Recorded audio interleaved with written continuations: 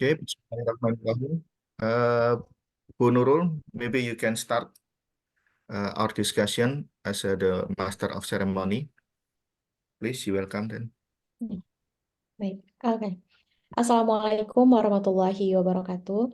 Waalaikumsalam warahmatullahi wabarakatuh. Good afternoon and welcome to everyone to the International Business Education Outlook Seminar.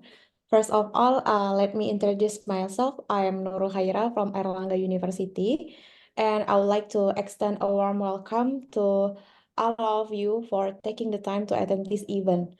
And it gives me good pleasure to be the master of ceremony for this seminar, and I'm excited to be hosting it.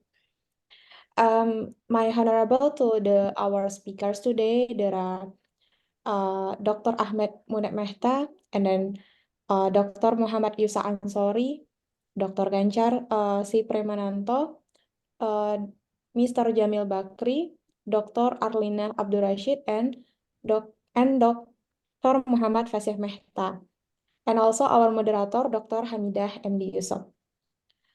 I would like to take a moment to express our immense gratitude to this event, to the Department of Management Erlangga University in collaboration with Arsyad Ayub Graduate Business School, University Technology Mara Shah Alam, and Haley College of Banking and Finance, University of the Punjab, Pakistan, who have made this seminar possible.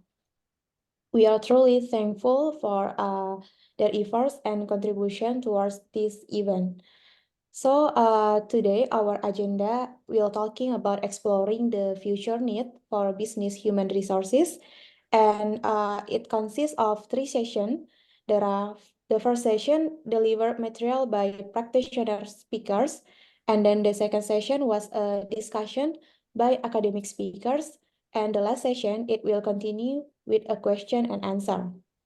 And this session will be led directly by our moderator, Dr. Hamidah MD Yusuf. Dr. Hamidah MD Yusuf earned her PhD in Business Management and her master's degree in Business Administration from Arsyad Ayub Graduate Business School, University Technology Mara, Shah Alam. And currently, she is a senior lecturer at Arsyad Ayub Graduate Business School. And prior to this new career advancement, she worked for several MNC and GLC from the year 2000 until 2014 before taking a career break to serve her family as a full-time homemaker. This was the turning point for her educational journey and her career growth when she decided to pursue her MBA and her PhD. Her research on employee behavior within an organizational context has always been her profound interest.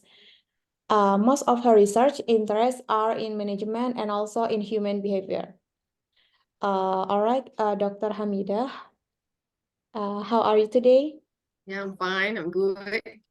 Okay, so please welcome Dr. Hamidah, and this time is yours.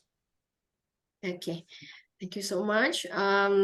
Good evening, good afternoon, good morning to all the audience and all panels, to Dr. Gancha, Dr. Arlina, Dr. Ahmad Munib, and all our industry panel, Dr. Yusak Anshori, Mr. Jamil, and also Mr. Fasih Mehta, and also to all audience.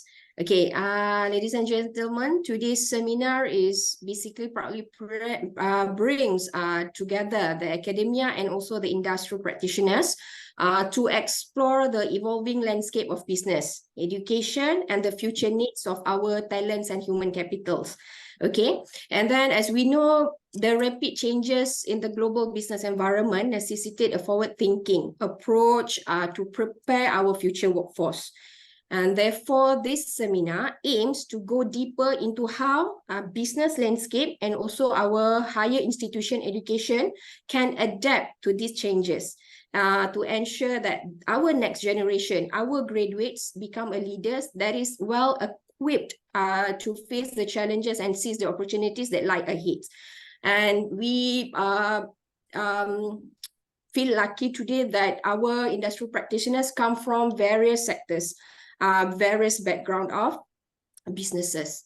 And throughout this seminar, our speaker will discuss strategies that align their business and education with the future needs of industries, innovative in teaching and learning process, and also the importance of tailor the higher learning institutions such as UiTM, AGBS, such as Universitas Erlangga and University of the Punjab, to tailor their curriculum to better prepare the student for challenges of tomorrow.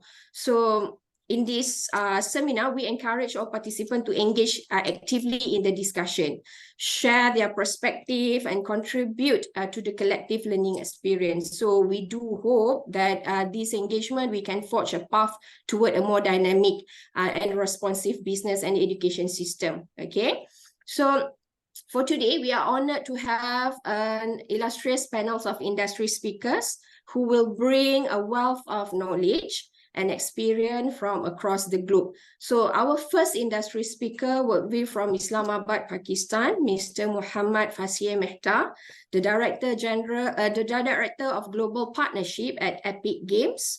Mr. Mehta's extensive experience in forging strategic partnership and his insight into the global gaming industries will shed some light on the innovative approaches to education and talent and development. So we will start our first session with the industry speaker, which is Mr. Muhammad Fasih Mehta, and we'll follow with our second industry speaker from Malaysia, Mr. Jamil Bakri, and the third industry speaker from Indonesia, Dr. Muhammad Yusak Anshori. Okay, the floor is yours, Mr. Mehta. Assalamu alaikum, good afternoon and good morning, as the case is for everybody. I'm Muhammad Fasih Mehta. I'm based in Pakistan, in the very beautiful city of Islamabad. And I'm currently working with a company called Epic Games. And thank you so much for inviting me. And it's a pleasure to be here and an honor to be amongst such distinguished, learned people. So I would request the moderator, would you like me to speak just candidly on the topic, or would this be driven through a Q&A? How would you like me to proceed, and how much time would I have? You have around 20 to 30 minutes because we will have a Q&A session after our academic sessions. So you will go through with your presentation, with your whatever you want to present, and then we will have a Q&A after the session, after the second session. All right. Well, I'm not carrying any presentation. I must be honest. I'm not actually going to present any slides. I think you guys are far better off and very learned in that aspect. I'll just present some of my experiences in terms of talent development, since the topic is focused around HR, and how different cultures have shaped it.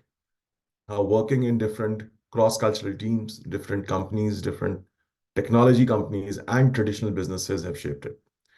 So there are various aspects when it comes to talent development. One is the supply side of it, or one is the side where you are actually working in an organization and there is a culture there to nurture the talent, to find the talent, to grow the talent, which is a brilliant topic to discuss and has lots of nuances, from identification to recruitment to training to the fact that how is the feedback processed, how is everything going on, what's the culture like, do people openly share or not. On the other side, the issue is that how does the talent know where we fit, especially when they're in the universities? How do they know how organizations work? How do they know where they have to apply? How do they know that what is the right thing to talk about or not to talk about? Sorry, what? All right, thank you. Yeah, how do they know that what's the right thing to talk about, especially during interviews? Many such things are not often discussed when we are in a university, when we are in a lecture room, when we are sitting with our peers. We do go through the introduction to business and the theories and practice of HR and general management and what are the P's of marketing and the C's of communications. But what we normally miss out is how to conduct those interviews, how to stand out amongst hundreds of other candidates that recruiter would have seen before you. How do you answer those questions and ask pertinent and relevant questions? So I think The first thing that I would like to share is, for especially when it comes to uh, entering the business world, entering and applying in internationally renowned organizations, that encourage the children, encourage the students, encourage the candidates who are applying to do a lot of research. Many a times, what they do is a cookie cutter approach. One CV that fits all. That's never the case. It's always tailored. It's always tailored to the organization's needs where you're applying. What is the role about? Research about the role. Talk about the role with people who have been there before. Find them on LinkedIn. Don't do the regular cold call message. Try to take their time, find their interests, align your interests with theirs. All right.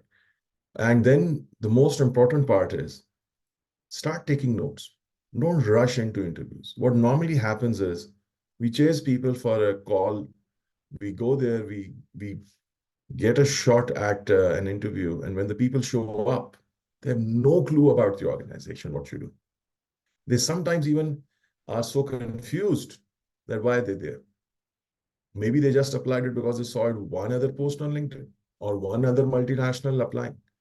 I won't talk about particularly how Epic Game recruits, but in my experience for applying for other companies and seeing and helping people who have been to many international companies, mostly in around technology companies, technologies fair, the most important element is to be very, very precise. Condensing 20 years of experience into one page is far more difficult than condensing a 4-year experience into one page. But that is what all it needs. One page is what anyone would need and read. Many a times people have CVs worth 5 or 6 pages, but that's not the case anymore. Then how do you condense it to a page? How do you highlight your achievements? And how do you quantify those achievements? And if you're a young or a fresh graduate that's applying for a role, then it's all about your skills and all about that you have done during your academic life, how you've served the community. If we're talking about technology, have you served anything on the open source? How have you helped others is what people want to know. And if you have a certain level of experience, if it's a mid-level role, then how were you as a team member? How were you as a leader? What were those ideas that you conceived, led? What was the contribution that it added to the organization? Was it adding in sales value? Was it adding in customer growth? Was it adding in retention? Define that by a percentage or a number, whichever is bigger and more impactful. So people normally list down their responsibilities, which is fine. Should not be more than a one line. But what people on the other side are more interested is in on the impact. So if you, let's say, led the organization as a head of sales, tell us how much number that you put in because of your effort, or how many SKUs grew, or how was the diversification, how did it affect the bottom line or the top line. So if the net revenue is up, fair enough. What was your contribution to it? What percentage? Certain geographies where you grew that product or service in. If you are applying for a team leader, how did you ascertain the KPIs of your team? How did they grow on motivation? How did they go on to take leadership roles? So to quantify whatever you have achieved in those areas is what I believe stands out. And there is always a small summary section. So I have broken down a few things. One is to do research, get to know people who are already in the field, get to know people who are already in the organization, get to know people who have left the organization, but were from the same industry or same field that you're applying in, and try to get a lot of information about the company, about the culture, about the role, about the growth, about the kind of people they like, kind of people they don't, and then prepare your points. So prepare hard for the interview. And remember, your CV is only good enough to get you the interview spot. And then the CV doesn't play any role. It plays very little role. Then it's all in your hand. Once you are at the interview stage, then it is all about how much you know and how you sell what you know. The most important part is many a times people don't realize what they know because they never go through the introspection phase before the interview. So we have been through a lot. Most of us here on this call would be, I would say, on average, 20 years or 25 years of experience, if not more. And in that range, we've seen a lot in our lives. We've been through so many difficult times, triumphant times.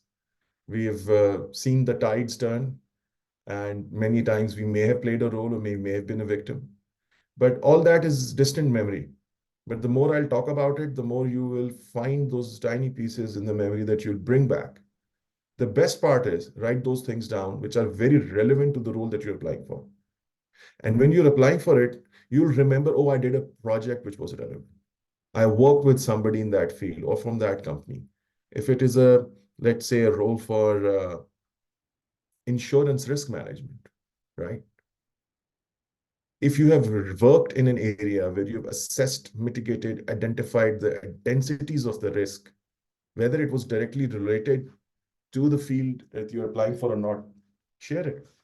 How your credentials have worked, where those networks that you have. Many times we don't even think about our networks when we apply. But in your interview, you don't even say that, I know this, I know that person, I know that guy. You tell actually how they worked with you or how they influenced what you did or how what you did influence their work. Anyways, the interview is a long process. Sometimes some organizations may take 3 weeks, sometimes they take 6 months, and sometimes it's even longer. Especially these multinational companies, once they've done your technical assessment, the last and the most important part is the cultural fit, which is always going to be seeing the character of the person. Is he or she too dominant, too assertive, too active, too passive? Doesn't understand a company culture, doesn't understand a value. So if you have not done any research in the beginning that I told you, cultural fit interview would not go well. So this means you've gone through the whole process of 3 or 4 or 5 interviews. You've been technically assessed. You've been assessed by peers. There's a 360 process normally that many multinationals follow to assess the candidate they want to work with. But the most important part is at the end, no culture fit. Why? Oh, this guy has different values. This person doesn't understand how we work. This person is too aggressive. How do they assess this? They assess this by giving you scenarios. They'll put you in a case. They'll tell you if this was to happen with a peer of yours, how would you react? Or how would you pursue introducing a cost reduction in the team? Or how would you communicate a not so pleasant message to your peers? And many such questions they don't have a right or wrong answer. They only to determine how you react or how you responded to in your previous lives.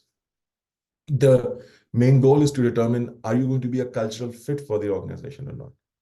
So the talent development part is such a huge topic that, I mean, now we are living in the era of AI, where I don't know, I'm sure many of you would know that few days back, the last 3-4 days saw many, many big announcements. Gemini 1.5 was launched. Sora AI of OpenAI, Sam Altman went on to share that you can write text and generate up to 1 minute of HD 1080p 3D video that is taken internet by storm right now. This has happened only a year after all these AI discussions started. Similarly, AI is now helping in developing talent. AI is like a buddy of yours where you talk about learning and skills, right? And everybody is learning. So where we are entering is when many people will see that jobs have evolved drastically. A lot of these recruitment challenges may be handled by AI. Maybe the initial screening has already been done.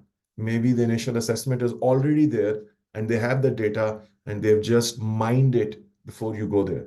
So what matters is how we also express ourselves on social media and public platforms. Many people don't realize. Many people, especially when we are all young, the blood is boiling and we're very expressive. But one must draw a line between one's uh, professional demeanor and how you want to talk about certain issues that are very personal to you. That line often is very blurry at the young age. But if we are taught at the school, college, university levels that no, as a professional, you have to maintain a different profile. As a professional, you must be very cautious of. And when you grow to a senior level, then whether it's your personal profile or professional, both are actually unfortunately judged. They are judged. You are judged on how you talk, what you say, what you share. So talk with industry about industry insights. Talk about what excites you. Always, always be visible. Sometimes people like things, read things, and move on. That's good, but nobody knows you exist. Go and talk about it, contribute to articles, write, comment, share, go into all these big conferences, relevant industry meetups, meet the who's who of the industry. This will help you learn a lot, develop your network, develop and evolve you mentally, actually, how to pursue challenges in the business world. What are the pressing problems? What are the opportunities that these guys are going through? Who's going for a new project? Who's going for a merger? All these things will come from your network. Most important role in the growth of anybody from a junior to a high level, or you could say a catalyst. I don't want to put it in an equation, but if I was to, I think it will be a function of your network, how you use that network, which how much influential network you have.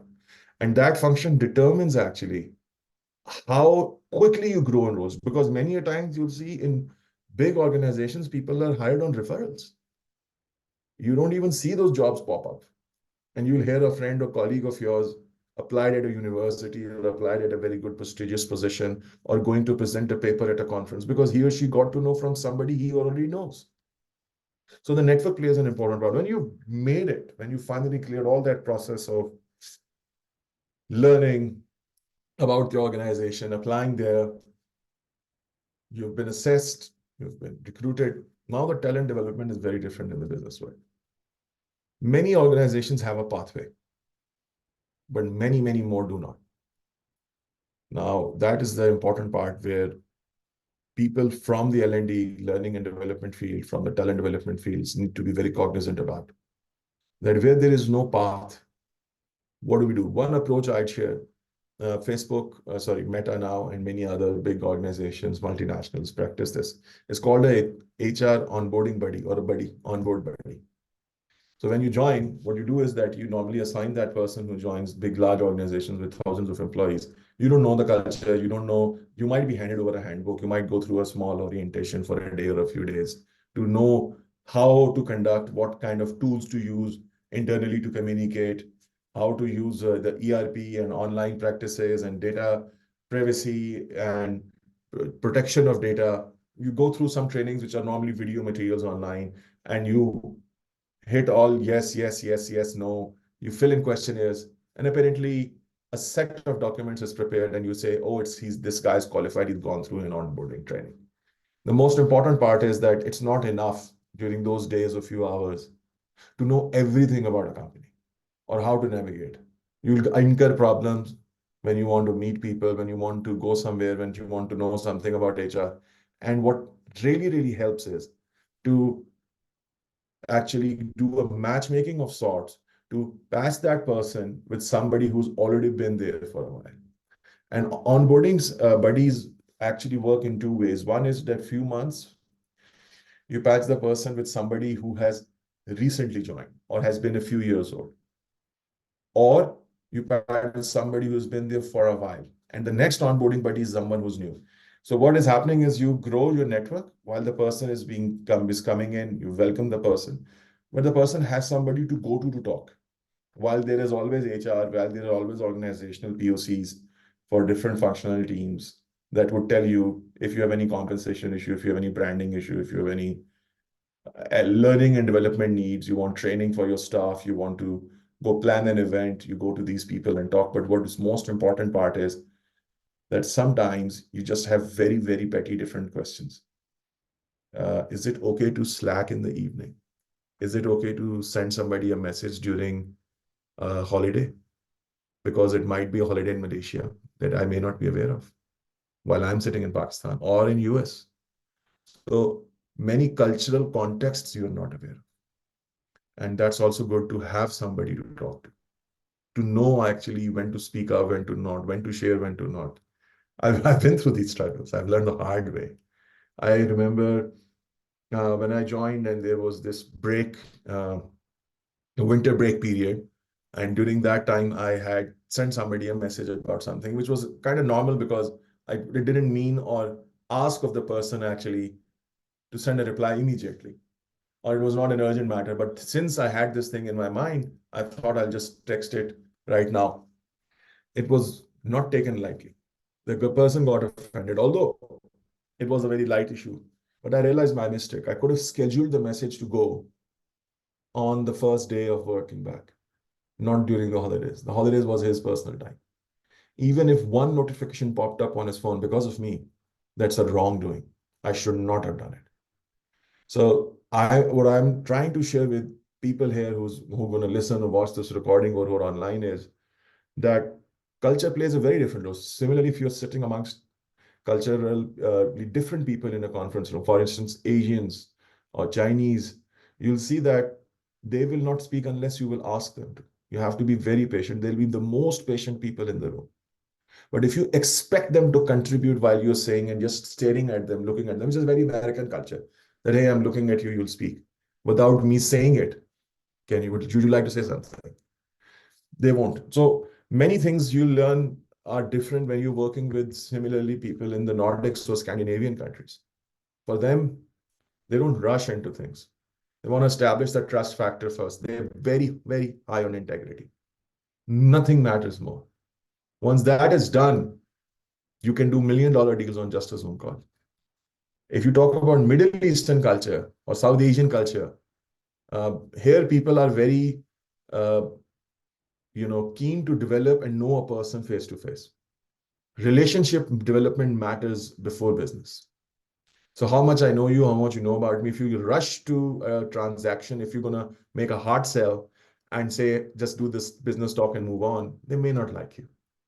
They may still do business with you. They may not like you. They may not open up more opportunities for you.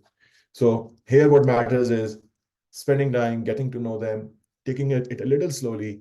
But once a strong relationship, a bond is there, a connection is there, a professional relationship even, or even in some certain cases, it evolves to some friends as well that you can have, then you will see business opportunities and other happen very quickly. The same applies when you work as a leader in your team.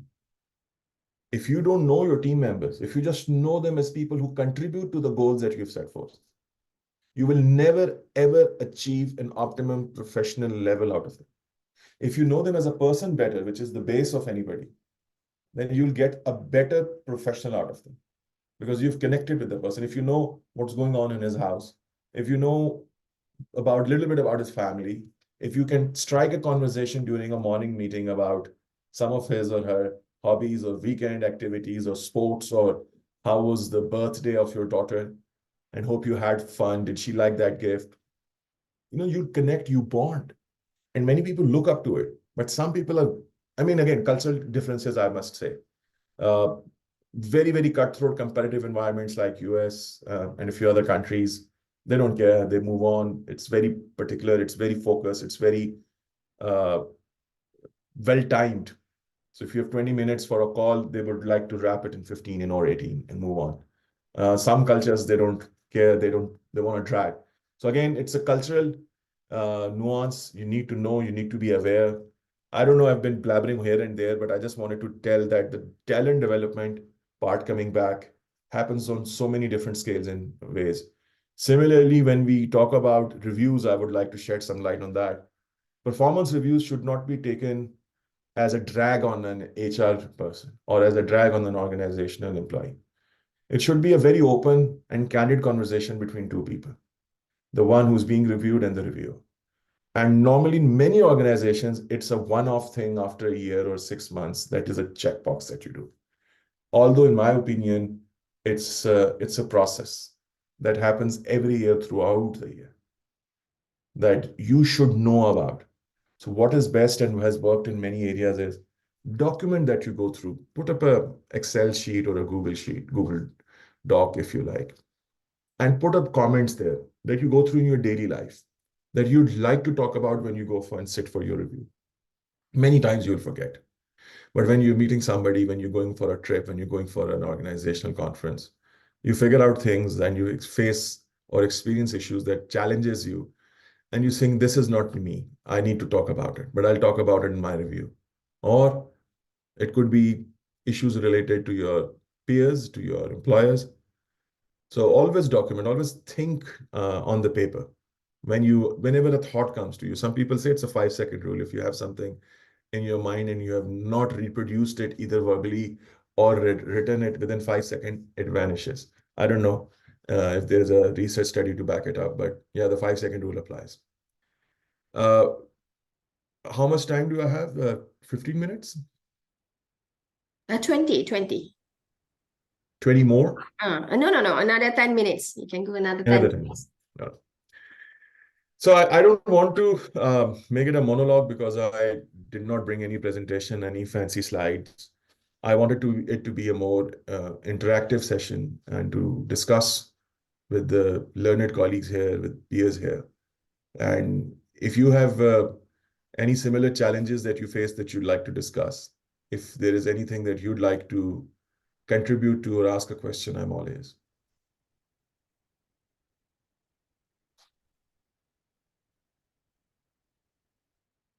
Dr. Gansha, Dr. Arlina? If not, I have a question. Basically, from your point of view, you talk about cultural feats, and I think 2 points that I grasped from your speech right now is cultural fit and talent agility, right? They need to be agile, able to adapt with everything. And cultural fit is, yes, it's very important. I remember I worked with the MNC and GLC for the past more than 10 years.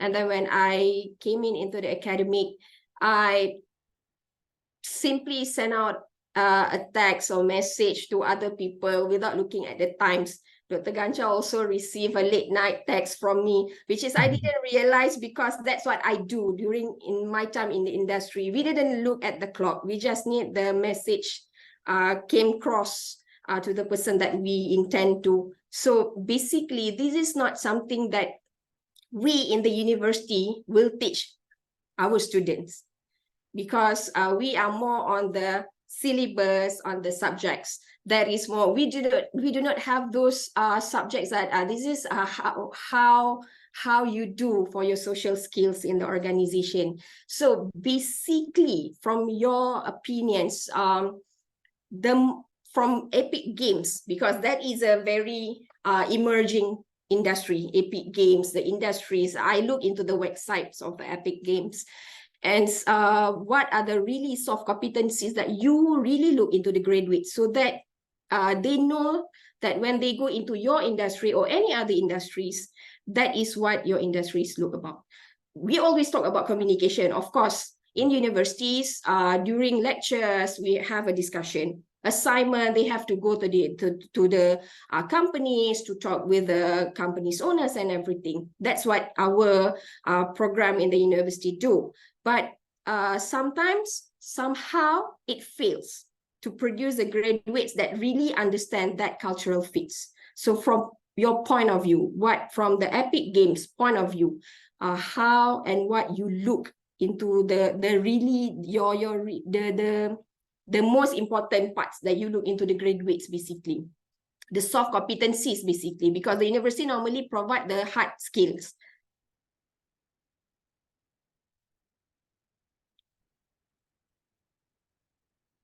I've taken a few notes to remind me to talk about some things. So the most important part is it's a very rapidly evolving world, right? Things that we are often taught at university, by the time we are going to graduate in 4 years' time, will not be applicable because the pace at which things are shaping up is very, very fast. Again, AI has contributed more to it. The technological advancements are contributing more to it. So the most important thing is to be contemporary, to stay ahead or stay aligned with what's happening in the time. If you will see that I don't care what's happening in the tech world, whether you are not from the world or not. If you say I don't care what's happening in global economies, if you say I don't care about how climate change is affecting us, you're not a citizen of the world. If you're not a citizen of the world, you definitely will face a deficiency, a gap, a void when competing for international jobs or international companies or big multinationals. So you must be aware of the pressing challenges, problems of the time. So that's very important to start with. And now amongst those are, okay, hard skills are required, whether it's a technology job, whether it's a programming or hardware job or coding and engineering job, whether it's a technical artist, whether it's a learning and management, HR role. recruitment role, Yes. whichever the role is, all those other issues and aspects do affect how you play that role. So first is to have that, if I may use the word, a global mindset, Yes. right? Now, the global mindset is not a course that you will see being taught at universities or colleges. And no offense to anybody here, but it's not a course that will be accredited by your faculty board, but it's a skill that you must learn. And how do you do it? By cultivating a very broad, open-minded perspective and by embracing all the cultural differences, right? When you go for a global collaboration and when you think on those lines, you will then see everything with a very global angle. Your mind, your horizon will expand a lot, right? So this is very important. The other thing is when we learn, for instance, there is a communications course almost in every college, university, and every degree. And there is a business writing element to it, writing letters or writing emails. Yes. What often is missed is the intercultural business writing, adapting your writing styles to resonate with different audiences across different cultures. Mm-hmm. I'll tell you, there is a book I'm reading. I think it's not here in my office right now, maybe in the other office. It's called The Cultural Map by Dr. Erin Meyer. Very, very good book. I recently read it. I'm going through it again. And it really gives you so many different case studies and examples of how things go wrong when you're sitting with people from different cultures in a meeting, in a boardroom, or most difficult part, in an email when you communicate, because they don't know you. You don't know them. You don't know cultural differences. So it's Okay. very important things like these are taught. When you teach these things, when you talk about it, and how do you talk about it? By bringing people from different industry, different backgrounds to speak, to share experiences, to do case studies, Mm-hmm. to expose the students into corporate events, industry events, talks, Mm-hmm. seminars, symposiums. These are, I think, more academic, but uh, for instance, in technology, gaming industry, we do game jams where we identify their skills. We give them a similar like a hackathon. You give them a challenge and they hack their way through by building a game out of it. Could be on climate change, could be on a social issue, could be a simple RPG shooter game. And that's the point where you bring in mentors, industry experts to meet the students, to talk to them. The same can be done for a business plan competition. The same can be done on a Shark Tank style pitching competition to teach them how to make a pitch, how to create, how to identify a problem, and how to think of an idea to solve the problem. And then ideation and discovery, problem identification is a huge topic in itself, indeed, to talk about. But once you've done that, how do you pitch? How do you take funding? How do you apply for these grants? So these are many, many other skills that you can talk about. But the other one that I would like to do is also on presentation, a soft skill that is often missed. All Mm-hmm. in almost every college and university, people do make presentations, but what we forget is a very simple rule. Don't put a lot of text on your slide. Yes. Infographic. And many a times we'll see when we are sitting in these presentations, especially young kids coming out of universities and schools, Yes. it is a pain to read through, and don't read from them. Why Yeah. would you read? People are here for you, not for the slides. The slides are there to complement you. They're an Yes. aid, which means use them only to enforce a point, to bring home a point. You shouldn't use more than 6 bullets and 6 words in a bullet, and use relevant infographic and numbers. Sometimes people put in statistics and numbers just for the sake of it and bloat it. The Mm-hmm. human mind cannot remember. There is a psychological element when you're making a presentation. It's called the negative space. Using a negative space is important because it brings the mind to focus. I can bring a focus in anybody here on the speaker's mind by using negative space and using colors wisely. Now, there's an intercultural element over here, but there's a psychological element here. If I use numbers too many, you won't remember any. Mm-hmm. If I do a few and I hammer them down later, right, you will have a takeaway from the presentation. I could change the color and the font, the depth of it, the style of it. to make it emphasize. So while I'm talking, you know which point I'm hitting, while I'm not even looking at my deck. Many such things would contribute to those soft skill elements. And also the trends. For instance, if you're applying for a supply chain job, what are the global supply chain challenges people are facing? What are the tools that are solving those challenges? There are huge challenges vis-a-vis the sea routes right now. What's happening in Middle East, the huge crisis in Gaza, and how it has affected trade routes, how this global supply chain will be affected.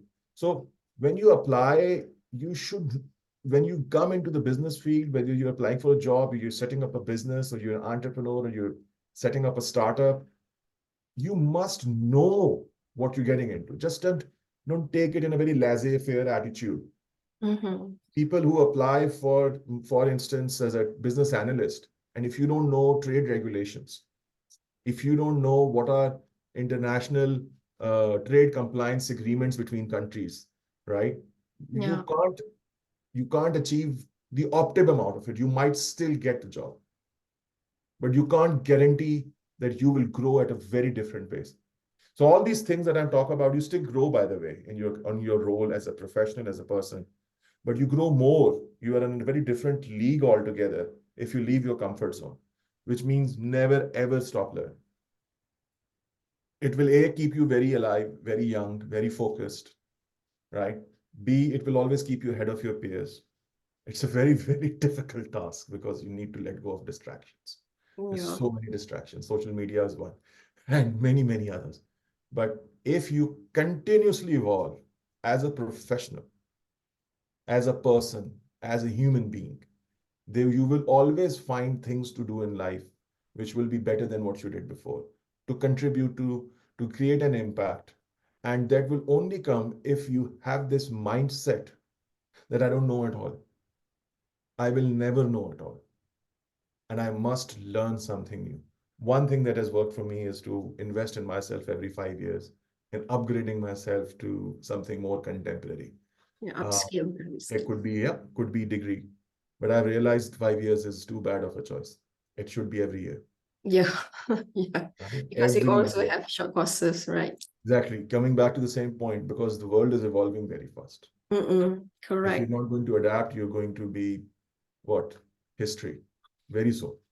I don't want to linger on, but to come back to the question, yes, the soft skills, amongst them, the most important part is listening, communication, global mindset, global awareness. How do you build trust and rapport actually? Because when you recognize the culture cues, you can foster trust, which is very essential for, again, cross-cultural negotiations, communications. Yeah. Another soft skill is etiquette, protocol. So many things are there. There's a book, I think, many years ago, I think 15, 16 years ago, I read. It's called Things That They Don't Teach You at Harvard. So it was for graduates actually who come out of Harvard University. They may know it all. They may have come from the best schools in the world and taught by the best teachers, but they may not know very simple things on how to staple a booklet. Yes. Yeah, and it's an interesting book. It's a small book, interesting book to read. So the 2 points is basically I agree that we university should really train the student to identify the problem statement, basically to fill the gap. That is very important, the one that you see, the global mindset. And then to become a global mindset, you have to have a global mindset. You have to know what are the problems that you need to solve. You need to identify. Then you can have all the tools to fill up the gaps. So for the academicians, we need to remember that it's not that if our university in Indonesia, our graduates will only work in Indonesia. If our university in Malaysia, our graduates will only work in Malaysia. Same goes with the Pakistan. So we really need, even though it's not in our syllabus, we really need to remind our students, our graduates, that they can fly high to any other countries to work. So we need to prepare them. So in terms of the assignments or whatsoever. Okay, so I have another question, basically from the audience, another question from for Mr. Mehta. And also from all the speakers, Mr. Jamil and also Dr. Yusak, from the practitioners' point of view, if you have an option to accept applicants from undergraduates master and also doctoral degree for managing the business? From the management business, in managing your business, which one that you will choose, whether the undergraduates or the master student or the doctoral degree student, and why? Because we need to know. Somehow we have, in certain country, we have the excessive student that have a master degree or doctoral degree. So we have a high rate of unemployment. That is the concern. So we don't want also that our people just go into academic just for the sake of having the certs without to know that the cert is something that they can contribute back to the industry. So again, the question, if you, from the practitioner's point of view, if you would like to accept the applicants, the graduates from undergraduate, master or doctoral degree, which one that you will choose and why? So basically, Dr. Yusha, Mr. Jamil, and also Mr. Mehtas can answer this question. If you allow me, I would never judge them on solely the degree that they carry. Okay. Right? That is always going to be helpful, but it is not only the determining factor that if you're an undergrad, if you're a master's, if you are a PhD. If an undergrad has amazing skills that I need, if an undergrad is extremely sharp, I would love to work with the undergrad and develop and work, because I know that the next 20 years with that undergrad are amazing, but I can get the best 4 years out of him, the initial 3 or 4, by investing more time. He will be more agile, more hungry, a lot to learn. I'm just giving an example. However, if I am focusing on a job role which requires a very research-oriented mindset, a problem identification, critical thinking mindset, I might favor that to a PhD. But the degree alone will not be the core factor to assess the person's profile. Many people in your class, you are all academics here, teachers, you would also see that not all PhDs are the same. Not all your master graduates are the same. Yes. Some will be very strong in some skills and some will lack. There will always be some backbenchers who would shine at the end in their career, who would not shine very academically when you see them in the class. But they may be those very street smart ones, right? Or they may have the skills in a particular organization which will work for them. The other very challenging thing, very important and critical thing as well to consider when hiring is the level for which you're hiring. If it's a startup, it's a new business that I'm hiring for, and it's the first level, it's the foundation team that I'm hiring that will build the team, then the first top layer I will hire are the people that I can trust the most. So that is the most important element for me. And for trust, I will see the character, right? And you'll see that the character is better built as you have more experience, normally. So I'll go with those people first. If I'm hiring for a middle level person, I'll see actually some skills, right? Not a too much experience, but again, the hunger to grow. If I'm hiring for a young one, I'll see the most adaptable profile. Yes. Can adapt to different roles because I'm a startup. I'm agile, I'm lean. I won't stick to roles into beginning with. Bigger organizations where there are complex hierarchies, it's very different. So Yes. experience matters. Sometimes, yes, I would say that the educational profile is that matters first, but it also depends which stage in your career. In my career right now, with 20 years, I don't think so. If I tell anybody about my academic profile, that would matter a lot in taking a career decision, as much as it would of where I've worked or what I've done or where I've contributed or what skills I bring to the table. True. Okay. Dr. Yusha, Mr. Jamil, do you want to add? All right. I think it's very interesting question. Yeah. For me, I would say depend. The answer is depend. I agree with what Mr. Mefrasan passed the explanation, but basically it depend on the three things: the competency that he or she has, and the job need of that competency, and the budget allocation that we have by the company. It must be fit in. Because there is no guarantee when your education degree high, your competence is higher than your below degree. It's not guaranteed in the workplace. So I agree what is explained by Mr. Mehta, but basically the three things that meet it. If the budget allocation and the competency fit in with what we need in the job, and he or she has the higher degree, of course we choose the higher degree as long as that is fit in. However, usually the person with the higher degree, they're asking more because of the higher degree. It's not showing the competency of working first, but they also directly demanding, oh, my education is high, so my salary is high. It's not be accepted in the work industry, because in the work industry, how could you work and how could you resolve the work for the companies? Yes. That's my opinion. Okay. Thank you, Dr. Yushad. Mr. Jamel, do you want to add? No, I would like to probably answer after my presentation. Okay. Thank you, Mr. Mehta, for your speech, for your inputs. So we are going to go for our second industry speaker, Mr. Jamil Bakri from Malaysia. He is the alumni of Arshad Ayub Graduate Business School. He is also the president of alumni of EAGBS. Mr. Jamil Bakri is a CEO of WorldBuild Solution, his own company. So his entrepreneurial spirit and success in leading a service solutions company will offer invaluable perspective on the intersection between how the service industries, the business and educations. And he is also actively involved in community works that give back to the community and his alma mater, which is UITM. So Mr. Jamil, the floor is yours. You can start your speech. Okay, thank you very much, Dr. Hamida.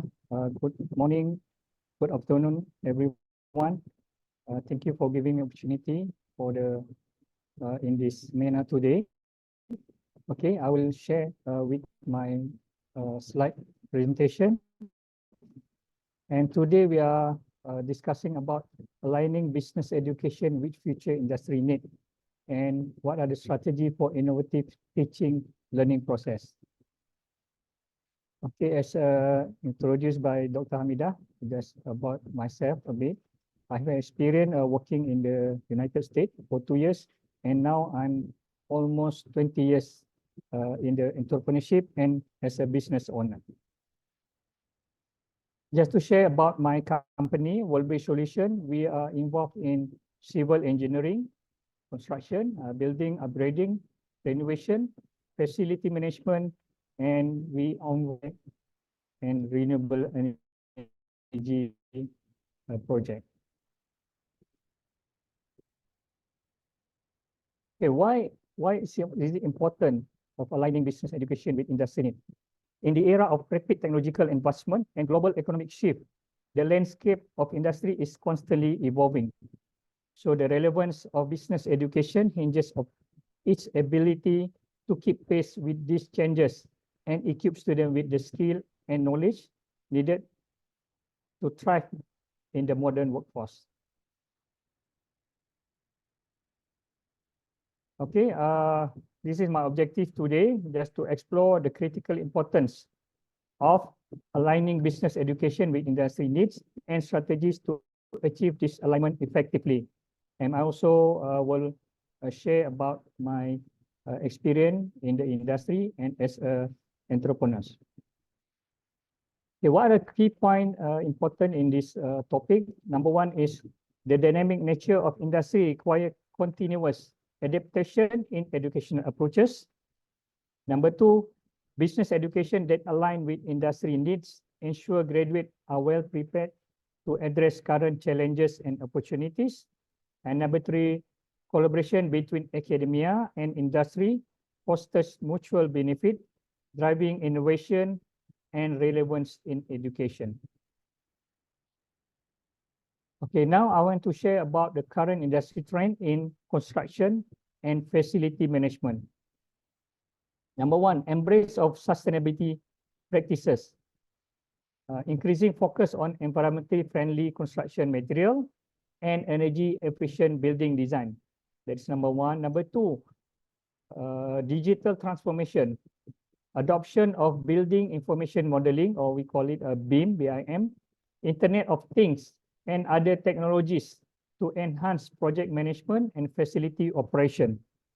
Number 3, modular construction.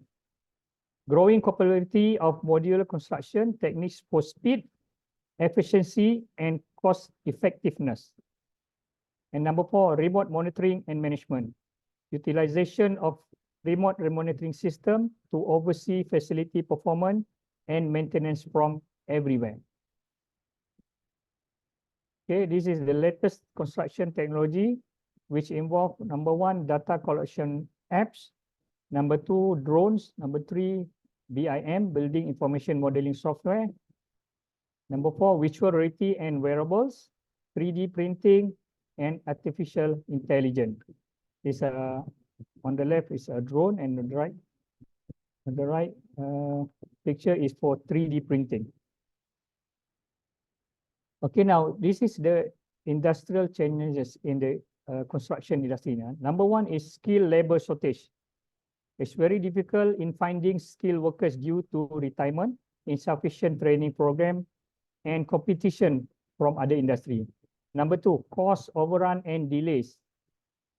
There are persistent challenges in this managing project budgets and timelines, often due to unforeseen issue and supply chain disruption. Number 3, safety and compliance. Ensuring compliance with safety regulation and implementing effective risk management practices to prevent accident and legal liabilities. And number 4, aging infrastructure. This is to address the maintenance and renovation needs of existing facilities, particularly in the face of aging infrastructure and budget constraint. Okay, now this is a evolving skill requirement that require in the industries of construction and facility management. Number 1 is sustainability expertise. The knowledge of green building practices, renewable energy system, and sustainability certification such as LEED, which is a leadership in energy and environmental design by the US Green Building Council. Number 2, technology proficiency in BIM, software, IoT device, and other digital tools for project planning, monitoring, and facility management. Number 3, project management skill, strong project management abilities to see complex construction project, manage budget, and mitigate risk. And number 4, communication and collaboration, effective communication skill to coordinate with diverse stakeholders, including architects, engineers, contractors, and clients. Okay, why it's so important that industry need to collaborate as a partner? Number 1, to create a career pathway. Number 2, to promote applied research, which is collaboration, encourage applied research project that address industry challenges, driving solution and investment in construction and facility management practices. And number 3, of course, for mutual benefit, academia gains access to industry expertise, resources, and networking opportunity, enriching educational experiences and academic offering. Okay, we are talking about collaboration with industry partner. This is to ensure that educational program remain relevant to the evolving needs of the construction and facility management sector. And of course, this collaboration will fostering innovation. Collaboration facilitate the action of idea and promotes innovation in teaching method, research project, and practical application. Industry input encourages the integration of cutting-edge technologies and best practice into academic program. Okay, what are the strategies that we suggest for innovative teaching learning processes? Number 1, as mentioned, Dr. Hamida, agile. So we have to have agile curriculum development, yeah, to respond to changing industry demand. This is number 1. Number 2, experiential learning opportunity. This is by internship, case study, and simulation. Number 3, interdisciplinary approach. Yeah, interdisciplinary perspective into business education. This is number 3. And number 4, emphasize on soft skill. the importance of soft skill in addition to technical competency. So number 5, for technology integration in teaching in learning processes. And then next is global perspective, as mentioned by the previous speaker. Global mindset is very important. And then ethical and sustainable practices, integration of ethic, corporate social responsibility, and sustainability principle into the curriculum. And then of course, lastly, continuous learning and professional development, which is important, of promoting lifelong learning and professional development. Okay, I want to share my experience in 2016, where I formed collaboration between my company with government agency, which are Talent Corp in Malaysia, and another one is CIDB, which is a Construction Industry Development Board. These two agencies, my company as an industry, and University Alumni Association, especially for electrical graduates. This program, we call it High Impact Energy Management Certification Program. Under this program, we get funding from government to assist the participant, which is electrical engineer, to be certified as an energy manager. This certified energy manager also receive additional value-added safety costs, which is certified by CIDB. The certification by AMAS. AMAS is Asian Energy Management Scheme. It's regional Asian initiative developed and supported by the highest energy authorities and agency of ASEAN, including 10 Asian ministers of energy. This is a collaboration between industry, academia, and also involving the government agency. I would like to share my experience. This is my entrepreneurship journey. I've been in now 20 years in business, and at age 23, I was working in US as a food delivery for almost 2 years. And this I learned about time and speed. And of course, as an entrepreneurs, we have to have mindset, which is I want to share about 10 entrepreneurship mindset. Number 1 is creativity and innovation. So we have to thinking outside of the box and solve the problem that we're facing. Number 2, risk taking, whether it's financial, personal, or professional, to achieve the goal. Number 3 is resilient in the face of setback, rejection, and failure. Number 4, patient and persistent. Deep patient for their works and stay focused. Number 5, adaptability. Willing to pivot their strategies, products, or services based on market feedback and evolving trends. Number 6, visionary thinking. Entrepreneurs need to have a clear vision of what they want to achieve and the impact they want to make.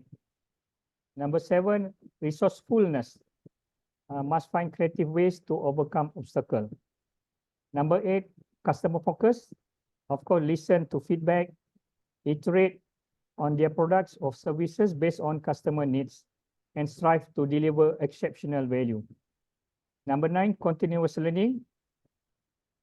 Curious and eager to acquire new knowledge, skill, and perspective that can help them succeed in the business.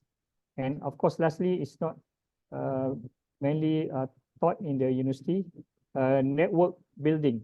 As a business person, we need to building a strong network of mentors, advisor, peers, and customer, and they value the relationship. Okay, next I want to just share about my company achievement and some of the activity and the project that we have done before. This is a 2014. My company recognized for SME 100 as a fast moving company, 2014. And 2015, another award by Asia Pacific Entrepreneurship Award of Malaysia for the category of most promising category 2015. This is 2015. And 2016, also University Technology Mara select me as an Alumni Icon Award for the entrepreneurship. This is 2016. And this is 2017 for the award, Industrial Personality Award and Malaysian Entrepreneurship.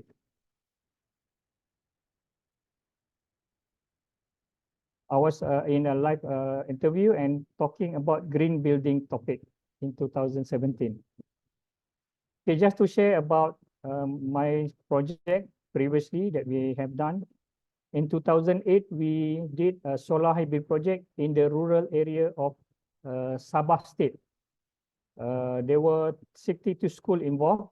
So this giving actually from 4 hours electricity become at least 12 hours for the rural school in Sabah, Sabah State in Malaysia.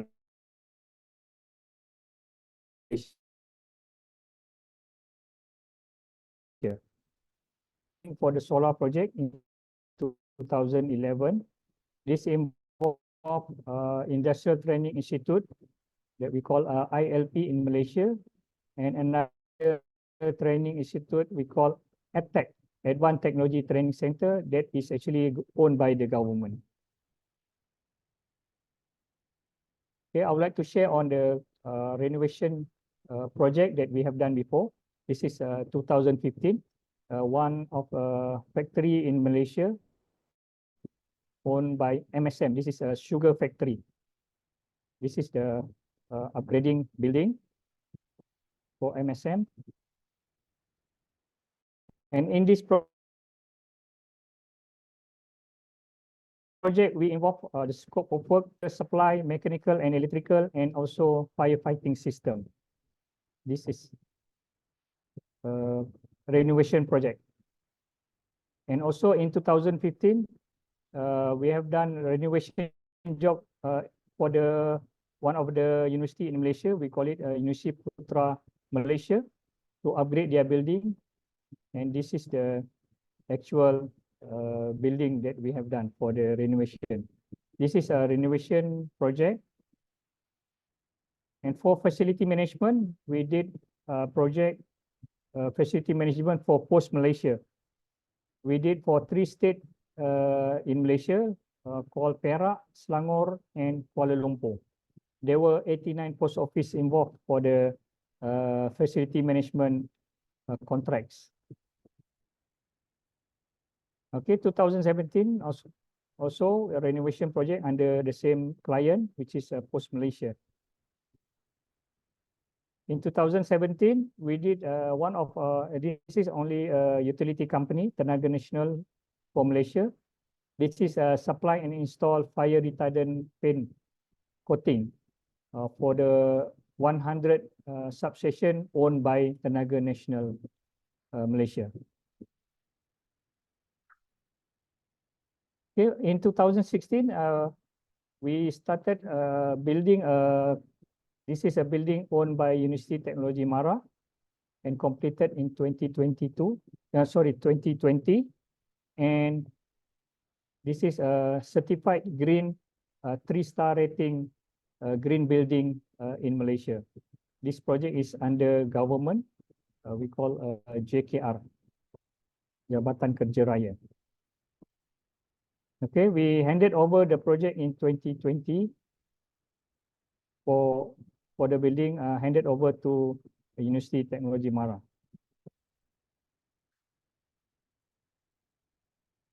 Okay, this is another project under Perbadanan Putrajaya. This is also government agency. We do facility management project for Perbadanan Putrajaya 2019 until 2022. Okay, building renovation also involve another campus in another state, Terengganu, for University Technology Mara. This is 2022 until 2023. Another project that I'm doing now is IBS building project, housing project. This is another method of construction that can build a house in a faster way and method. Okay, just to share the leadership training that I attended last time was in 2017 in Silicon Valley, San Francisco, US, and another courses for SME business leader in 2016 in University of York. And I just want to share this courses actually sponsored by one of the government agency in Malaysia. So we have a program that they fund for this kind of training. Okay, just to share also another MOU that I signed in 2015 in New York between the American company for green education product. And in 2017, MOU with the Indian company for business collaboration in Chennai, India. Okay, this amount of client, if you can see here, all of them are government agency and also government link company. Post Malaysia, University Teknologi Mara, Tenaga Nasional, Telekom Malaysia, and UPM Holding, all of them are government and government link company. So this is my end of my presentation. I would like to connect with everyone here so that we can exchange knowledge and experience. And now, thank you very much. I pass back to Dr. Hamida. Thank you, everyone. Thank you so much, Mr. Jamil. Thank you for the insights from the Malaysian SME perspectives. So basically, what I can conclude from the speech is some are the similarities from Mr. Mehta's one is the soft skill is very important, the global mindset is very important, and also the networking with the practitioners is also very important. For the for the academics point of view, that the university, the program should really help the student to create a career pathway to them. It's not something for them to come to class, let the subject, pass the subject, and then graduates. They should know what they want to do. Sometimes they need to be reminded why they are there in the higher institution so that they know their aims and objectives in the future. So basically, some of your points, Mr. Jamil already answered one of the questions. I have one question for you, considering that the dynamic nature of the business world. And I know from your presentation that you always do reskill and upskill, meaning upgrading yourself. So we know that as an individual, like Mr. Mehta said before this, we always need to upskill. Reskill is very important. At some point of is saturated, we have to go to the path, maybe to diversity and so considering the dynamic nature of the business landscape, what advice you give that you would like the university convey to the students, our graduate and also the recent graduates, to make a significant impact to them to go into the business world, the real world, basically? Yeah, of course, I would like to advise, especially fresh graduate student, because most of the industry or company, they are looking experienced people, especially for the specific job that involve a technical, they really need experienced people. So of course, as a graduate, first graduate, sometimes they don't have experience. So it's very difficult for industry to hire them because of no experience. But my advice is they have to find way how to connect with industry. This is where they have to go and build networking with industry. they should come to a lot of seminar to build networking, and then to get higher chances to be hired by the industry. So I think it's very important if they have time, you know, when of holiday, everything, try to find and go for a lot of exhibition out there. And there are sometimes specific industry for the exhibition. For example, here in Malaysia, we have a KLCC that every month they have a exhibition that involve a lot of industry, aviation, F&B, construction, technology, digital, everything. So as a student or fresh graduate, they should go to all these exhibition so that they can build network and try talk directly to the company so that they can have better chances to be hired by the industry. Of course, the technical part they have to learn. And another advice, like as I mentioned before, in Malaysia we have one of the agency that provide technical training, and also what Dr. mentioned just now, upskilling and reskilling. They have a specific budget and grants for fresh graduate to enter this program, and sometimes they connect already the industry, so that it's a very specific program. When they finish the training, then directly they will be hired by the industry. For the training, they will equip with all the necessary technical and knowledge for them to be hired by industry. So this is another good program initiative by the government and the industry, so that we can address the mismatch of the industry. So I think university also can work closely with industry and also government agency that specifically assist fresh graduate for them to be hired in the industry. Okay. Welcome. Thank Another you, Dr. question. I know that you earn your MBA during your time being an entrepreneur, right? So meaning you go back into the academy, I mean into learning back during you already have an experience in industry. So how has your experience as an entrepreneur, business owners influenced your expectation when you come into the university, when you come into the class? You must have a first impression that this is what I'm going to learn. Supposedly, things would be different from my undergraduates, right? So basically, does the university curriculum at that time met your expectation as the entrepreneurs that will prepare you to go back into the real world in your business? Yeah, certainly the MBA actually helped me to do more better decision, especially in terms of management, and also for the good for the company. I would say it's very challenging to complete the MBA. I just want to share that for the final test, actually I did 4 o'clock in the morning in Syria at that time. So it's very challenging for me to complete the MBA. But of course, when we graduate, of course, we appreciate all the knowledge that we gain from the program.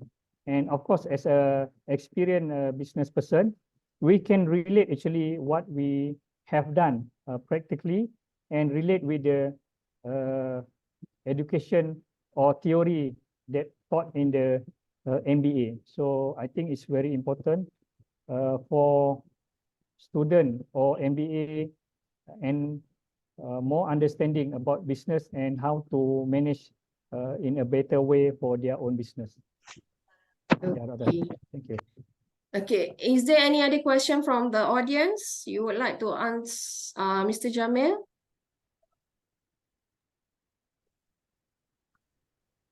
Hello, doctor.